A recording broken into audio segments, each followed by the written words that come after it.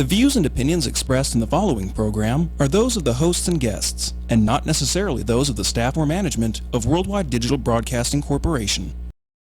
Right. Get yourselves together. Right. Stand up and live your life. Right. Get yourselves together. Right. Hands up high.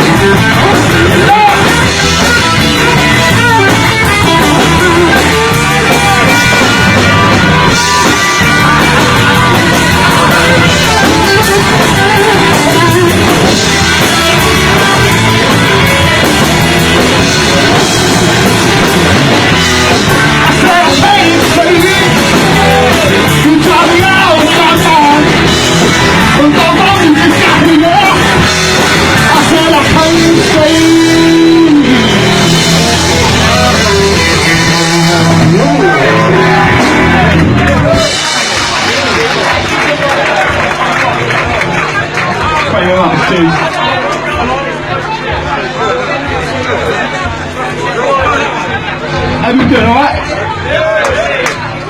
Right, yeah? With the camera a bit home for you.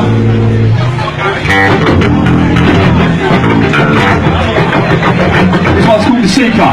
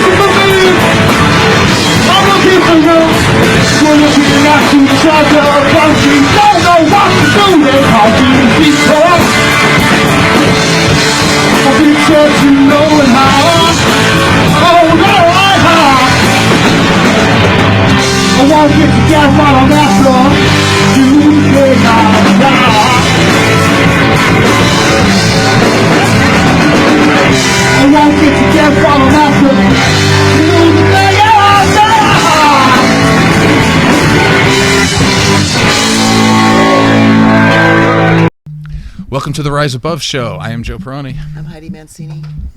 We have announcements today. I just want to announce that we want to thank Marie, Meal Prep Vegas. She does meal prep. Her phone number is 624-9286, and she does customized meal plans for people, whether you're dieting or you just want to eat healthy, whatever. You call her, get on her website, and she will customize your meals. And we want to thank Jay Jung from City Athletic Club for also partnering with our show. Thanks. You're welcome. So today I wanted to talk about what seems to be society's new drug. And what I'm talking about is instant gratification. So this show, we can go in a lot of different directions, so just kind of bear with us, because I think it affects every area of your life. And I was thinking about this, how it affects sports, it affects music, it affects people's attitudes, it affects school, it affects businesses that are trying to deal with people that want instant gratification. So instead of trying to make people better, they want to make money. Mm-hmm. So they just try to fill in that gap, and they try to make things easier for people. And in a sense, we're losing a lot of stuff. And as I was thinking about this, part of it, you could say that instant gratification is just another way that we can all celebrate mediocrity, and it's another way that Western civilization is declining, as you look around. Mm-hmm. What do you think? It's true. It's everywhere. No matter what you do, whatever career choice you're in. But unfortunately, as a society, we reward that.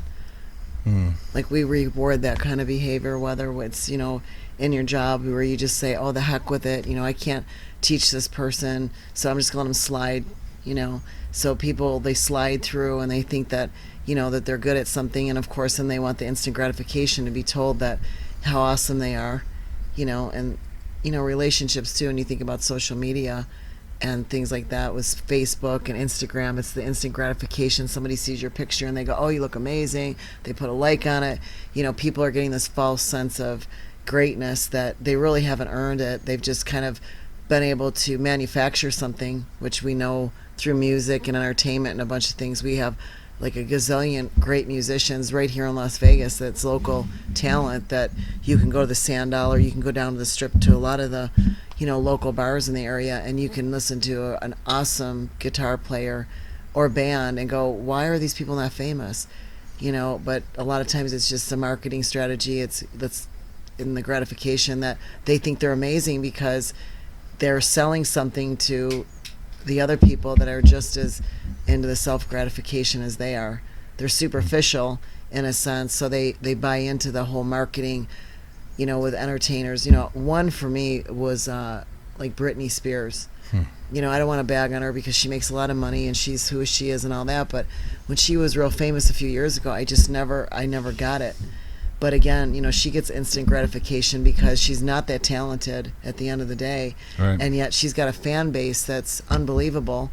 And, that's what they want. So, she gets rewarded for just being okay.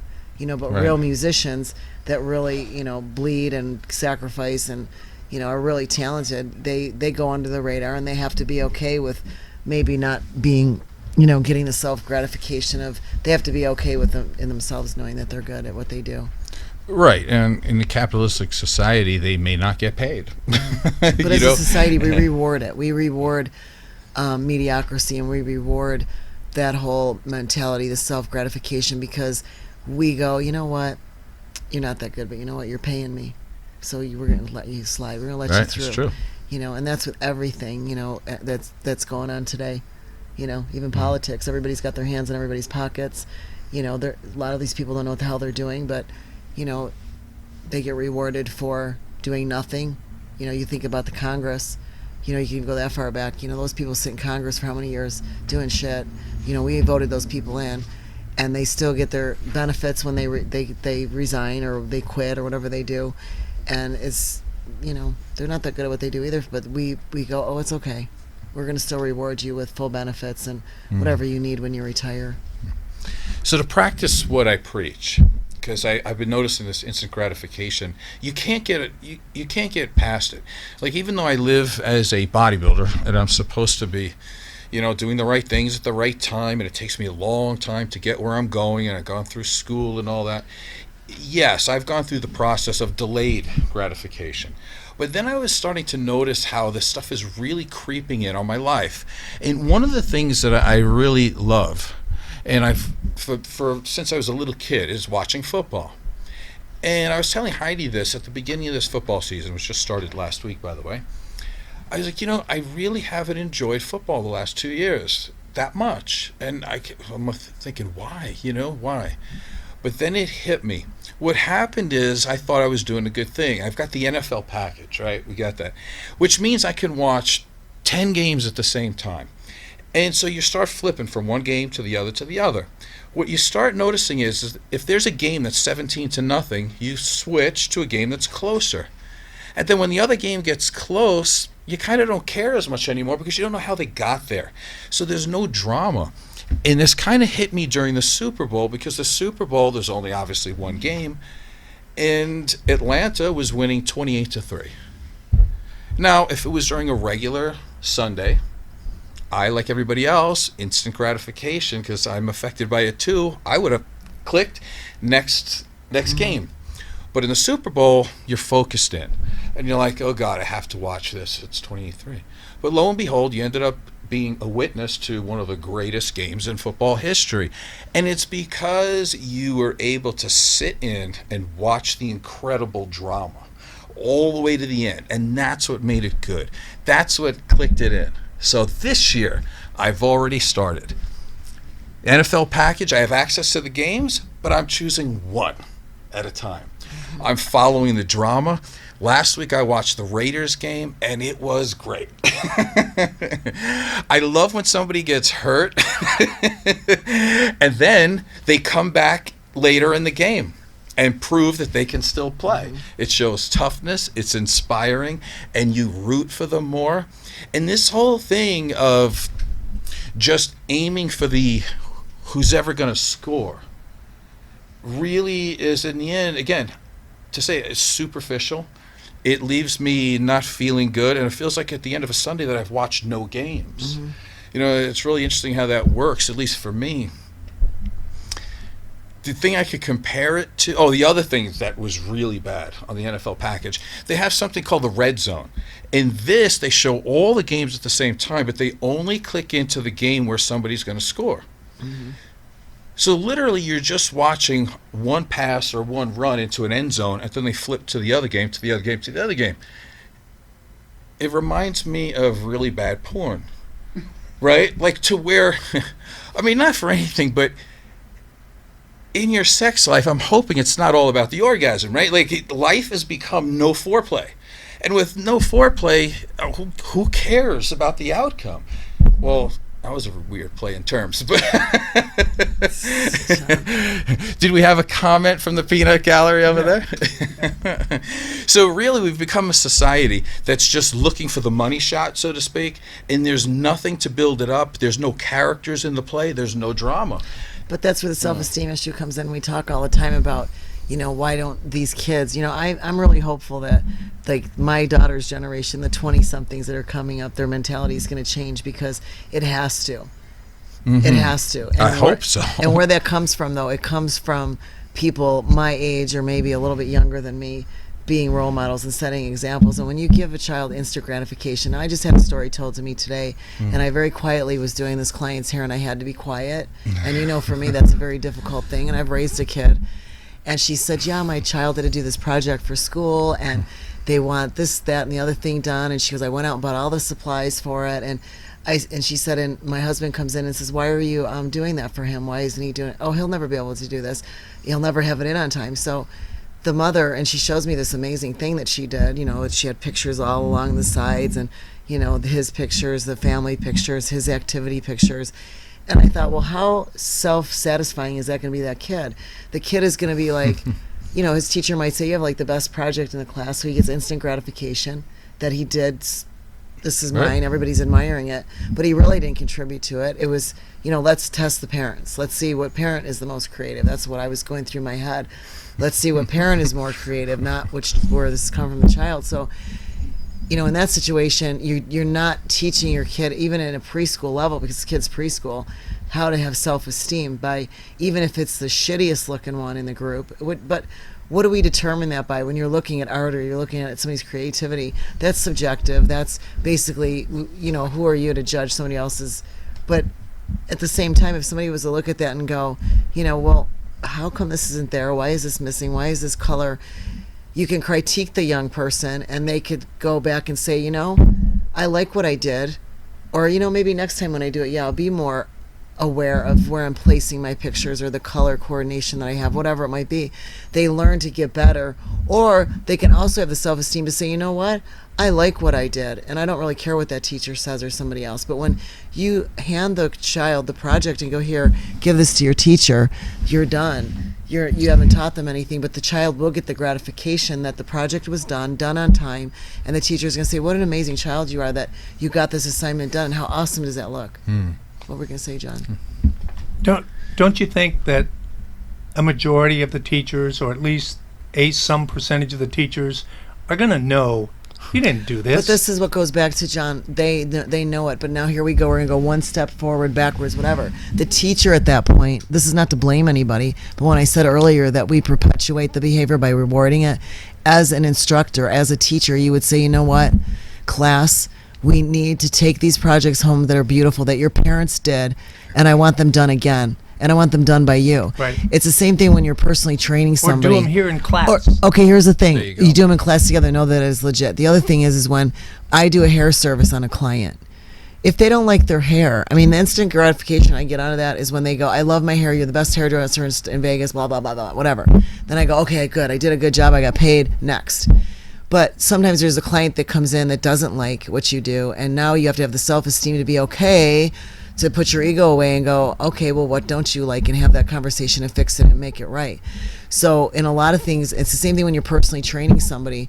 I'm not an expert. I haven't been in it as long as Joe has, but I have clients that I train, and I have to tell you, I do them a disservice by either being on my phone. You see trainers in the gym, they're on their phone, they're not paying attention to their client, they're bullshitting.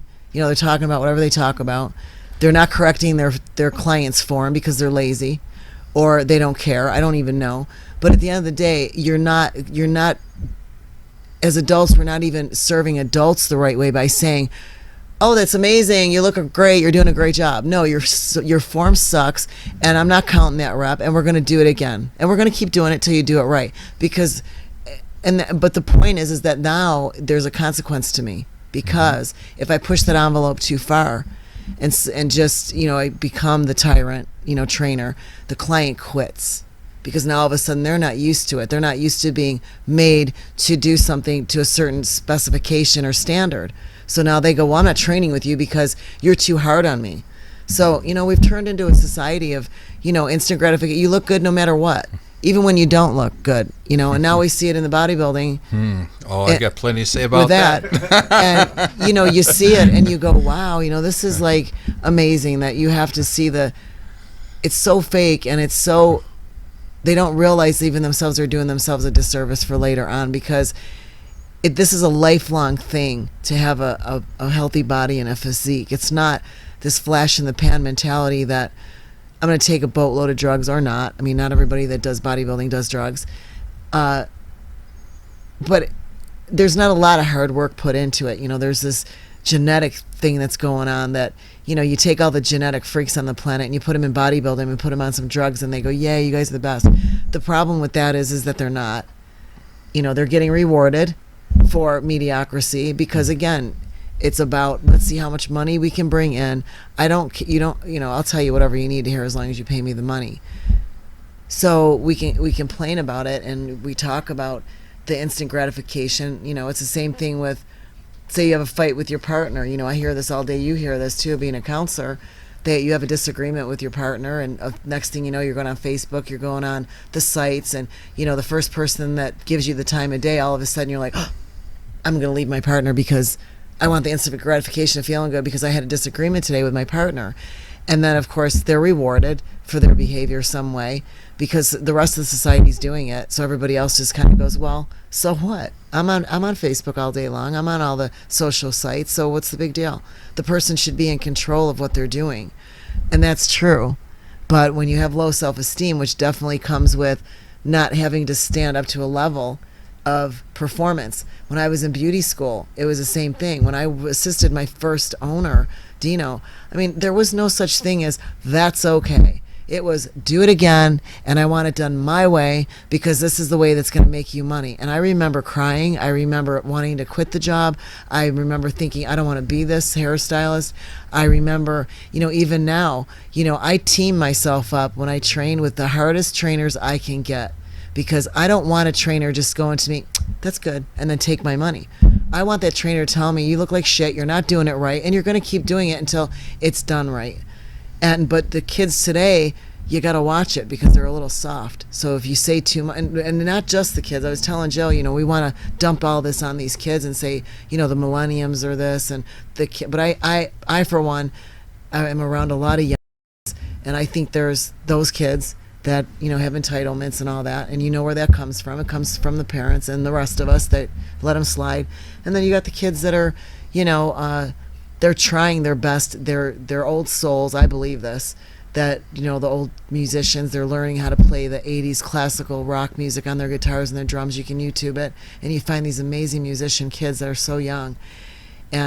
But again, you got to look at that and go, well, what kind of parents do they have, and what kind of adults are they around? That I don't believe that everybody is letting everybody slide. I think what makes it difficult is that you always have to fight against the mediocrity because unfortunately that's the majority right now. Right. So when you do try to go against it, or you say this isn't correct, you're going to be standing on the outside for a while. But I think it's going to come full circle. It has to. Yeah, you said so many things. It's like there's a ton of it. Let me go back to the beginning. And I 100% agree. Listen, I can't blame kids, right? Like they have parents. Like you come into this world and you're like a blank slate. So how your environment is. Let's go back to the parents doing the child's homework. The first problem we have with this is that we have narcissistic parents that are so concerned about their child not looking like they're getting an A. So they're going to do the work. So then you have that gratification from the parent saying, I don't want anybody to think my kid is anything less than an A. So they don't allow their kid to learn. So they stop that progress by doing the work for them. Then the kid, somewhere down the line, unfortunately, they do get some encouragement and they do get some gratification. Because somebody says, look, you have an A. And everybody goes, oh my God, that's great. But it's a fake A. But it's a fake A, which is what I'm getting at. So now, do we blame the kid on that one too for feeling good about getting an A when everybody's patting him on the back? I say no. I say you're pulling the wool over the kid's eyes. The kid doesn't know any better. So the kid thinks it's good that he's got an A or she's got an A, but somewhere inside, when your conscious reality is up against your unconscious, subconscious reality, and it doesn't quite compute, there's a distortion there, that's the creation of anxiety. And that anxiety that I've noticed never leaves these kids. No. Because it's dumped onto them, number one, from, we have a tough environment, I get that. But it's really pushed onto them by their parents who are telling them they're so great, when the kids deep down inside, they know they're not. So now they have to put on this false air about themselves, and they become narcissistic also. So eventually down the road of getting all these A's and these projects that were supposedly so good, now they have to go out in the real world and prove it, and now they can't. So that's where they become this problem too, and everybody starts making fun of them, saying, well, you can't handle stress. You're not resilient. Well, it's because people have created that, and it's because of this instant gratification type of society where we're just patting everybody on the back and we're not allowing people to go through all the mistakes that it takes to become better. I remember being in school when I was younger, and I knew I was not a brain. I could say that, and I don't care. Things came really difficult to me, and so I realized at a very young age that I wasn't the genius kid sitting next to me, and that I'd have to work hard at everything that I did as far as grade-wise went. And I don't think that, I think it's okay for some people to realize that, they could be more into a trade type job, career type thing, and, go off into other things. But most of the things in the schools today, what they're doing is they're testing. So everything right now is about testing. So the kids are being taught for a test. They're not being taught to learn. So that's another way that this instant gratification comes in. You've got the kids that are good test takers. We've all proven this, that you can have a kid that's maybe higher intellectually in a test taking than a guy that is really smart, but when you put him in front of a test, he freezes. He can't, his brain shuts down. But yet you put that same guy that can't pass that test, or woman, in that job, and they're amazing at it because they know the hands-on approach and they know the common sense part of it, and the instant gratification of it, they're not getting, because they have to work at it. When you have to work at things, that's what builds self-esteem, rather than people handing you things all the time. Right, that's true. And I like you said, it affects everything. Like, I remember we went to school, they had a big push towards physical education. We had music class, we had art class, we also had what was it, like I think we had like a thing where you did like metal and stuff. Yeah, metal class. That was fun. I made a metal light. Class, Shop class. I made a light. Metal. I loved Metal. it. Yeah, and people were learning how to fix cars. Yeah, in I high loved it. school. We made a light. And I think this is what happened too. Narcissistic parents go, I don't want my child to be a plumber. He needs to go to she needs to go to a 4-year school, get a great education. So we sold them this false bill of goods that everybody with an education is going to automatically do well. You don't have to work hard. Just party a little bit, or actually party a lot, go to class, get your grades, kind of, because everybody's going to give you an A anyway, because schools want to get paid. And when you get out, you'll have this like $100,000 a year job waiting for you. The problem is that these millennials, they have amazing educations. They also have like $100,000 worth of student loans, and they have no job to pay that off, unless of course you talk about working at Starbucks or something like that. And I'm not making fun of them, it's just there's no middle ground anymore, because when I went to school we had BOCES and you could take all these other things to do. Where are the 2-year certifications where you can learn how to do plumbing? You can learn. John, help me out. You're in construction, right? Am I wrong? Can you find anybody who does construction anymore? Yeah, and there's a whole generation of people missing from the construction industry, basically. So I'm correct. And everybody, they're carpenters, electricians, plumbers. Somebody has to do that. Right. And that is and I think I just read an article, I think it's Germany, if I remember correctly. If you are in a trade, if you are a plumber, if you're an electrician, if you're a mechanic, any of the carpenters, they are very, very well respected in that country. So it's not like, okay, just if you have a job, whatever that job is, you are a staunch member of that society. It's not that, the guy who works at McDonald's is looked down upon.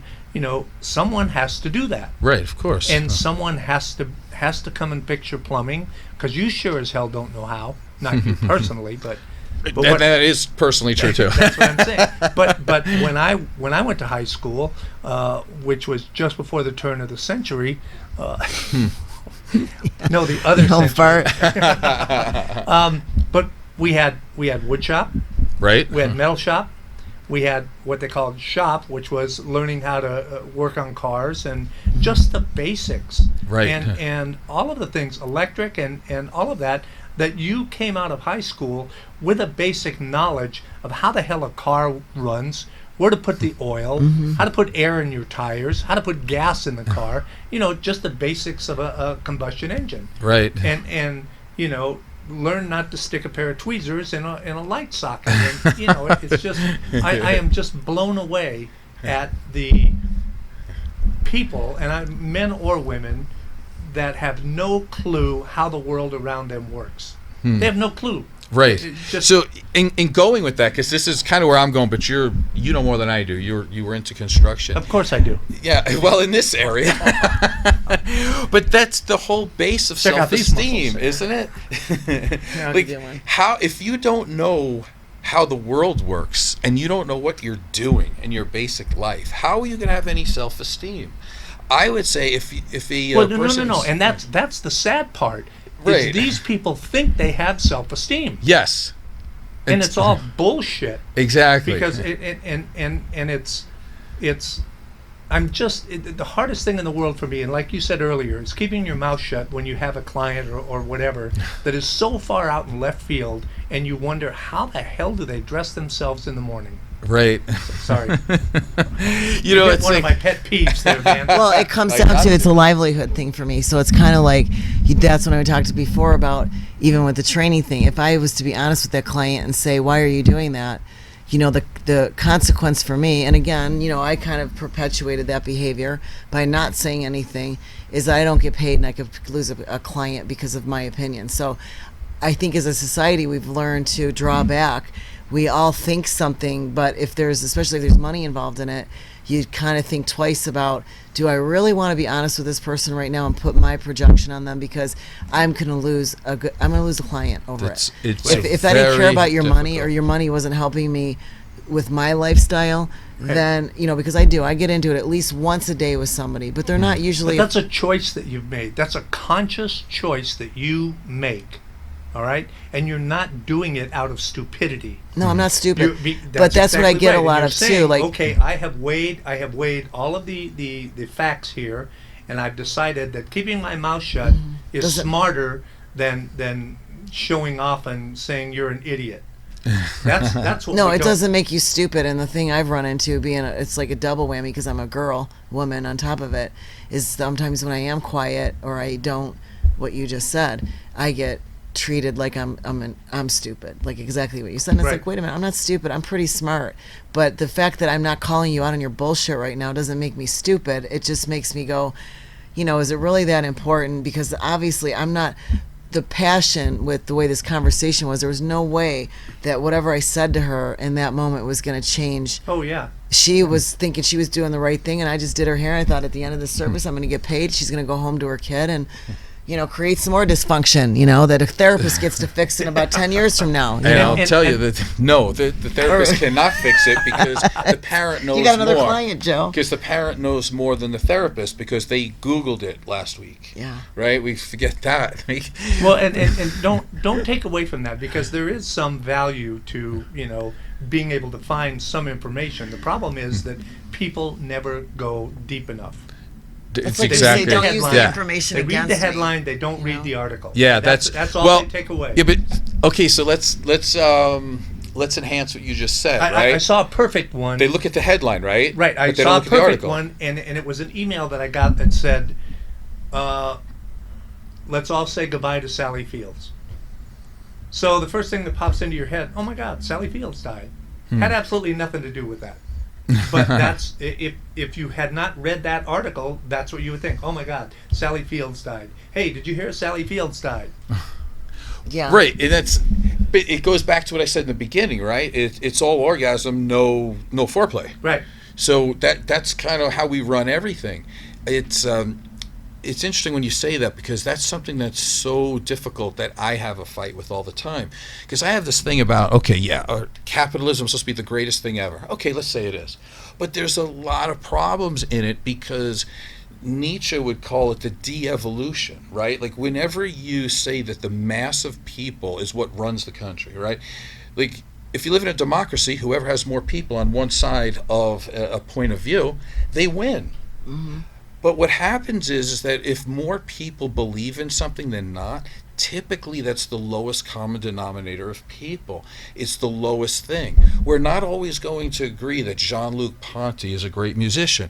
Most people would be like, I don't know who that is. That's the point. But you know who Britney Spears is? So by just default, we have to say that Britney Spears is one of the greatest musicians in American music history. Well, she We does know have that better that's not true. boobs. And I know you know who Jean-Luc Ponty is too.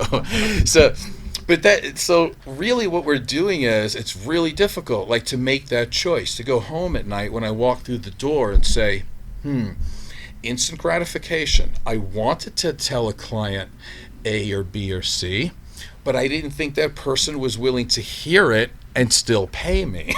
So you hold back. Now, is that the right or wrong thing to do? It's tough, because if you want to try to feed your family, you might have to do a little bit of de-evolutionizing yourself, and you're dumbing yourself down, which is a really difficult thing to do, which is what, unfortunately, you do sometimes, right? But I think there we can all be do a it. time and a place for that where it is acceptable, and you can do that. Right. And it's in business or in school or whatever, where you have a group setting. It serves no purpose in confronting an individual in front of other people. True. Or telling them that they're screwed up or they did something wrong, or belittling them. But if you get them off to the side and say, hey, look, what you did here was wrong, and here's why. Right. Then you have accomplished something, because you have a better chance that they will listen to you, because if you do it in a group setting, they're going to rebel and go the other way and go, fuck you, you're out of your fucking mind, just so that they can, Yeah, they got to because of say peer pressure. they got to save face. Right. But see, like you and I can have that conversation, right? Right. We were raised differently, but there's a lot of people that have never even been confronted by their own parents. Yeah. So all of a sudden you're like, okay, but so do listen. you blame the parents, or do you blame the grandparents, or the great-grandparents, or the great-great-grandparents? Because we are all conditioned. Part of our makeup is conditioned by our environment. But I also believe, True. John, that as a community, and this is where the problem is that we don't raise anybody anymore in a village mentality. What you said in other countries, people are, no matter what your job is, you're considered of value to the community. Right. So what's happened though in our community is that as a mother, I was a wife at one point and all that, doing all these things, you should be able, they say it doesn't matter, there's like a Buddhist talking, they say it doesn't matter how the message is received and who it's from, as long as it's received. And I had a struggle with this with my daughter, raising her, that I didn't get jealous of other people, but I had a babysitter, and she was amazing with my daughter, and I was lucky. She came to my home, and it was like having a grandmother there. I could go to work my 30 hours a week, get out of the house, do my thing. And there was a part of me that got jealous because my daughter started to become, really attached to her. And would listen to her, And she she'd could cry. tell your daughter the same Right. thing. So when that you Ava would got tell older, her. she said, listen, and then it was when she was much older. Sue gave me a lesson in that too about Ava, and she said, listen, you're her mom. You're always going to be her mom. I'm just, thank God that she's like that, and you're not, she's not crying and everything, or, Mom, I don't want that lady here. She Right. cries because she misses me and wants me to come back. But when she got older and I was having issues with Ava, and other people could talk to my daughter, and I used to say, what the hell is wrong with me that I can't talk to my own kid? But on the receiving end of that, You're I the have parent. clients that I've trained their kids. I've had conversation with their kids. I do it now, and they'll hang on every word you say, and it doesn't matter. But as a society, we're responsible to do the correction at some point. Maybe that isn't your kid. Maybe that isn't your concern. But if they're working for you, or they're with you, and you see something wrong going on, I think to be a good role model, or to be maybe, but like you say, you gotta weigh your words and weigh where you're at. Look at So- Albert Einstein. I mean, he is without a doubt the most brilliant man that's ever come across the earth. But you know what? To his sons and his wife, he was an asshole. So it's just a matter. Yeah, of but it's always that way, Yeah. because even when you're in a relationship, Look like, at John you Lennon. ca- Look at Julian That's- Lennon. Right. Exactly. Julian Lennon did not have the same experience with John Lennon that we all did. Right. Because when you start putting real intimacy into things opposed to artificial, Right. What's that word? Bullshit. Bullshit. Okay, listen, when you have to emotionally connect to somebody, it's a lot different. There's a lot more at stake than if you can be superficial with people. When you're in business, and I hate to say this, there is a lot of superficial bullshit that goes Sure. on, because there's a transaction. So I'm gonna tell you how awesome you are. Pay me at the end of the day. I'll fake it to make it. I'm getting paid.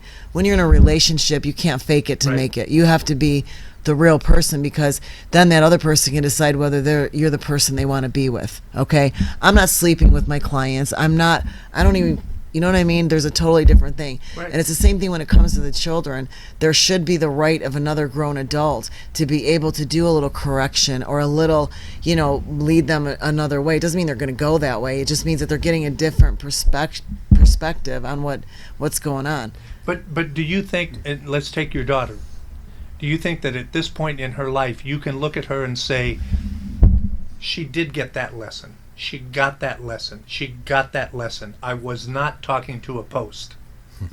I do now because she's older, and Right, I'm that's seeing it my now. point. I'm seeing it now. She's 22 years old, but she would tell you, and a lot of people, I was tough. I'm still tough. It's one of those things. I look at it. But look at the individual that she turned out to be. I Yeah, mean, but from what I've met, she's I'm a not going to be super around. This is the way I look at it. I'm doing my daughter a disservice to say everything is easy. One of the things I learned early on, my father told me this, It's right? not. He said, listen, you weren't born rich. So I'm going to tell you right now, Heidi Marie.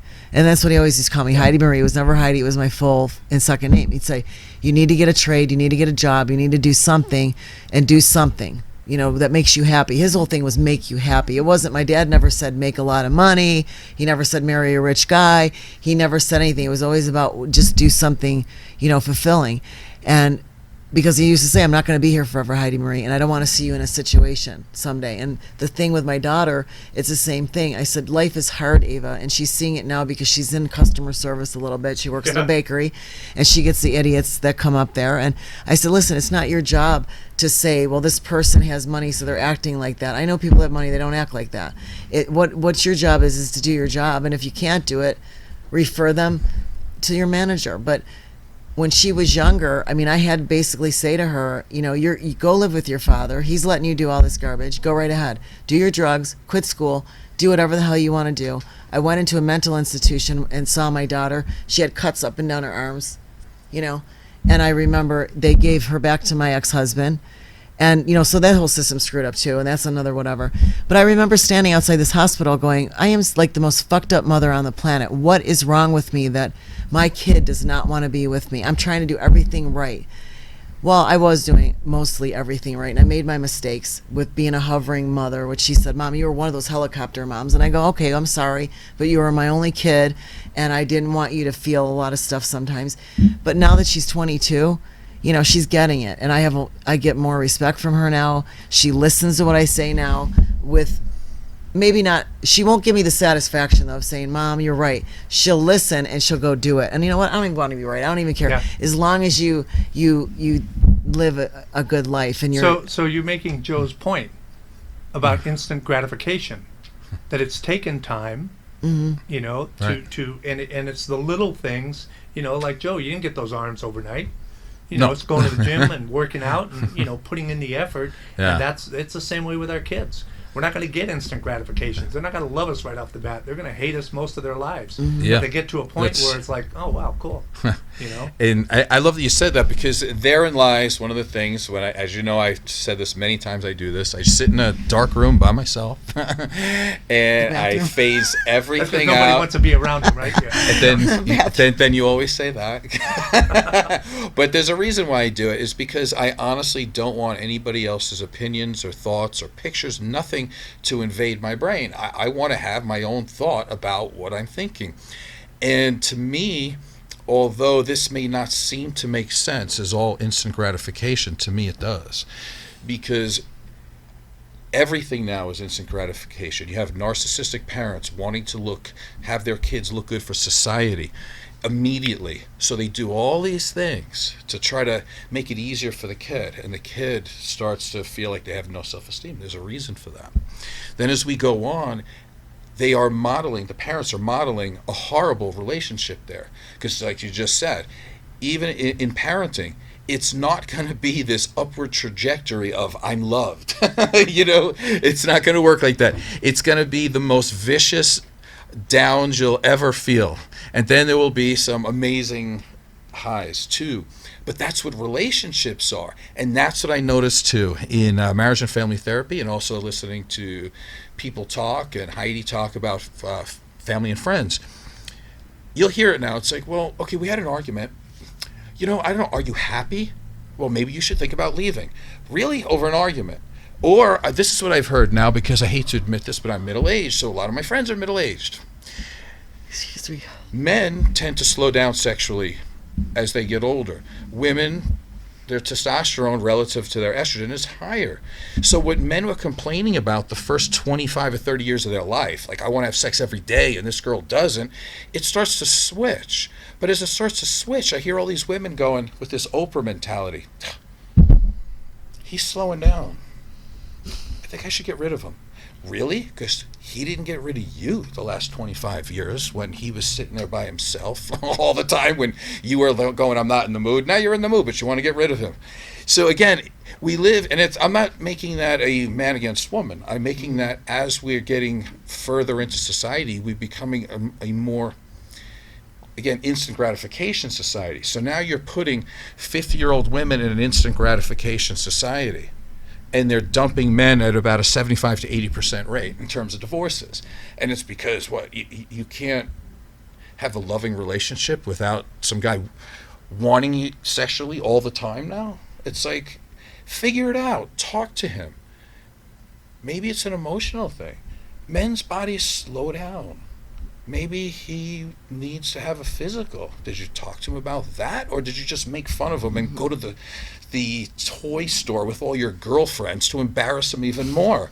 Like that, there's no better way to make a guy avoid you more than saying, can't get it up? So Here's my dildo. Yeah, it's like, it's actually abusive. I mean, I hear that stuff. Listen, as a marriage and family therapist, you hear those things.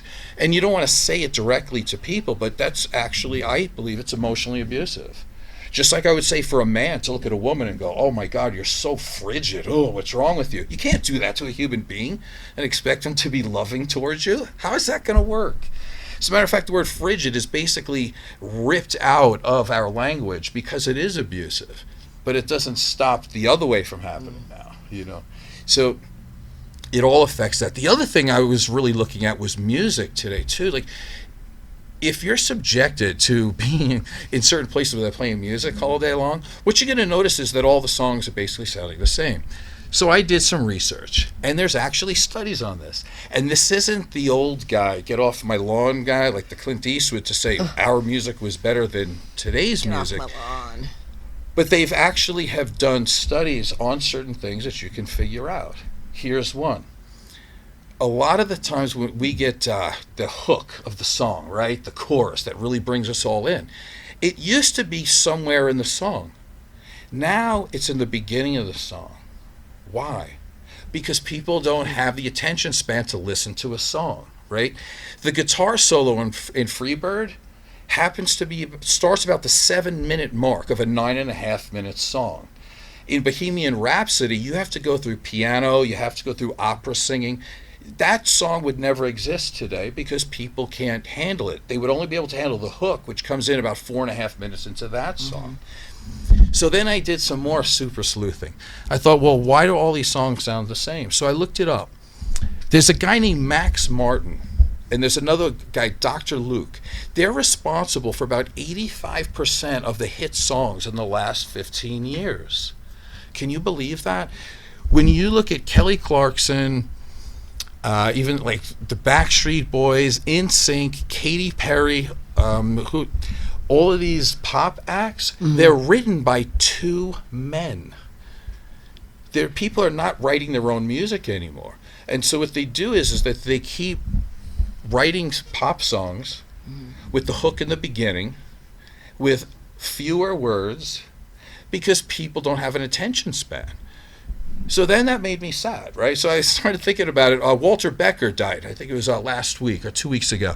And I'm not the biggest Steely Dan fan, but let me tell you, if you believe in how you can rewire your brain, if you listen to this homogenized mess that we have today and read the homogenized messes that we have, what you're going to do is you're not going to really have a lot of brain function. And you see this with young people all the time.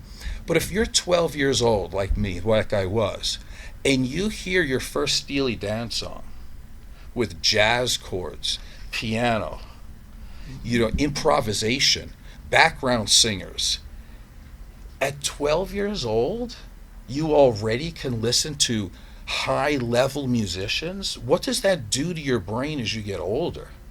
It allows you to be open to new experiences. It allows you to be open to things that maybe just because it's popular doesn't make it good. It makes you be okay and have the self-esteem to say, I like what I like. Not just what's on the radio, what they're force feeding me. So at the beginning of the show today, if we can get it past the censors, what I did was I played a very young group of guys who was doing a cover of some Who songs, kind of in a punk rock way. And I really enjoyed that because I don't want to make like everything's negative all the time, although everything seems to be about money today and it's all instant gratification. And you can't find good art. It's really difficult. And you can't find really intelligent people anymore, because you're not allowed to think for yourself.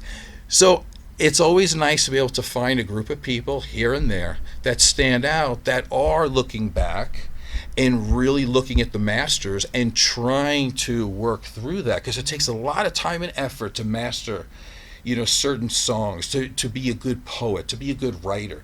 It takes a lot to do that. You have to skip past that. And if you can't do that part, you're not going to be good in relationships. You're not going to be a good parent. You're not going to be a good lover. You're not going to be a good anything. And that's kind of what I look at through all this. Do you want to finish up with anything? No, I think you did a... No? Let me finish with this, because I was contemplating having a men's group. If you're a man and you're listening to me, you need to know this. If you live a life of instant gratification, you will not be successful, period, end of story. The mark of a man is to be able to delay your gratification. If you think that it's okay to text women or text a girl and that's the way to court a woman, or that's part of your dating process in order to know somebody, you're ridiculous. Your parents suck. Let's start with that. And now that you know that and you can accept that, then you need to accept some new information. You need to talk to women, number one. And if you decide, stop watching all porn, because you don't even know how to talk to a woman. So what makes you think that you're going to be some high-level porn star? That's ridiculous, okay? And let's go further. If you believe in instant gratification and you're a man, you will never, and understand this, you will never please a woman, okay? Because it's all about you. It's all about delayed gratification. It's the mark of being a man. It's how to work hard, get an education, and do the right things. Mm-hmm. I'm sure you agree. I agree. All right, then. So this has been the Rise Above Show. I am Joe Perroni. I'm Heidi Mancini.